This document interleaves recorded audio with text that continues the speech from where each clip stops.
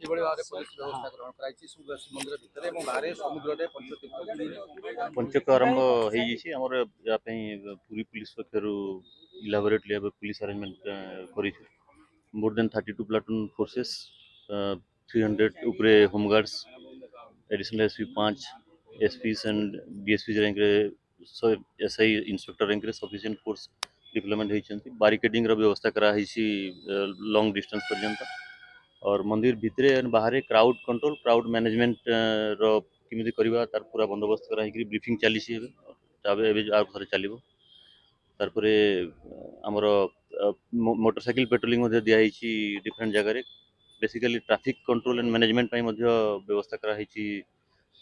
available forces जो हमर अछि ताकू नै कि एवं बारिकेडिंग एथर एक्सटेंसिवली करा ହେଇଛି लाइटिंग और हमर जो ड्रैगिंग टीम अछंती भितरे मंदिर टेंपल भितरे किमिति स्मूथली भक्त मानकर श्रद्धालु मानकर दर्शन स्मूथली हो पारिबो तार उपरे फोकस करिकरी हमर पुलिस पर्सनल मान को ब्रीफ करा ହେଇଛି श्रद्धालु मान को किमिति भल भाबरे बिहेव करिकरी उपयुक्त भाबरे पीसफुली किमिति दर्शन रो व्यवस्था करा ही पारिबो